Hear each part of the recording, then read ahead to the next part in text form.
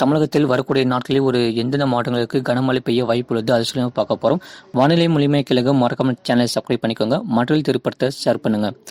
தென்கிழக்கு வங்கக்கடல் மற்றும் அதனை ஒட்டியுள்ள பகுதிகளில் நிலவிய காற்றழுத்த தாழ்வு பகுதி காலை காற்றழுத்த தாழ்வு மண்டலமாக வலுப்பெற்று தென்மேற்கு மற்றும் அதனை ஒட்டியுள்ள தென்கிழக்கு வங்கக்கடல் பகுதிகளில் சென்னையில் இருந்து சுமார் 670 கிலோமீட்டர் தொலைவில் இருந்து கிழக்கு மற்றும் தென்கிழக்கில் மையம் கொண்டுள்ளது.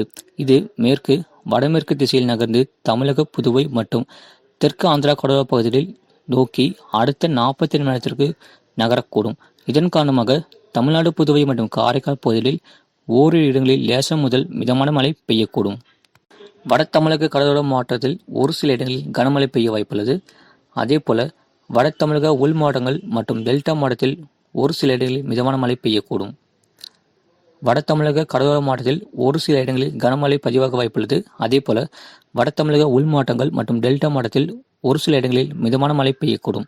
தென் தமிழகம் மற்றும் மேற்கு தொடர்ச்சி மலையை ஒட்டிய மாவட்டங்கள் பெரும்பாலும் வானம் ஓரளவு மேகமூட்டம் காணப்படும். சில இடங்களில் மிதமான மழை பெய்யக்கூடும். நிறைய பேர் பார்க்குறீங்க, ஆனால் சப்ஸ்கிரைப் பண்ணாமல் பார்க்குறீங்க. மறக்காமல் வீடியோ லைக் பண்ணிக்கோங்க, சேனலை சப்ஸ்கிரைப் பண்ணி வச்சுக்கோங்க, மற்ற திருப்பத்தை ஷேர் பண்ணுங்கள். கடந்த தமிழகத்தில் பதிவான மழையளவு கன்னியாகுமரி மாவட்டம் 2 சென்டிமீட்டர் பதிவிற்கு. சென்னை மற்றும் புறநகர் பகுதிகளுக்கான வானிலை முன்னறிவிப்பு. அடுத்தடுத்த மாவட்டத்தில் வானம் பொதுவாக மேகமூட்டம் காணப்படும். நகரின் ஒரு சில பகுதிகளில் இடி மின்னலுடன் கூடிய லேசான முதல் மிதமான மழை பெய்யக்கூடும். அதிகபட்ச வெப்பநிலை 27 முதல் 28 டிகிரி செல்சியஸ் மற்றும் குறைந்தபட்ச வெப்பநிலை 22 முதல் 23 டிகிரி செல்சியஸ் அளவிருக்கக்கூடும். இனி வரக்கூடிய நாட்களில் ஒரு மழையானது பெய்யக்கூடும். குறிப்பாக மாலை மற்றும் இரவு நேரத்தில் மிதமான மழை முதல் கனமழை பெய்ய வாய்ப்புள்ளது.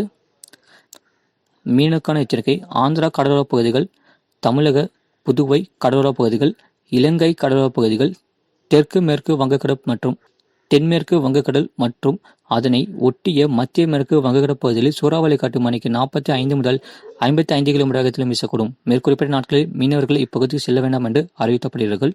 இது போன்ற செய்திகளை உடனுக்குடன் அறிந்து கொள்ள மறக்காமல் சேனலை சப்ஸ்கிரைப் செய்யுங்கள், மற்றொரு திருப்பத்தை ஷேர் செய்யுங்கள்.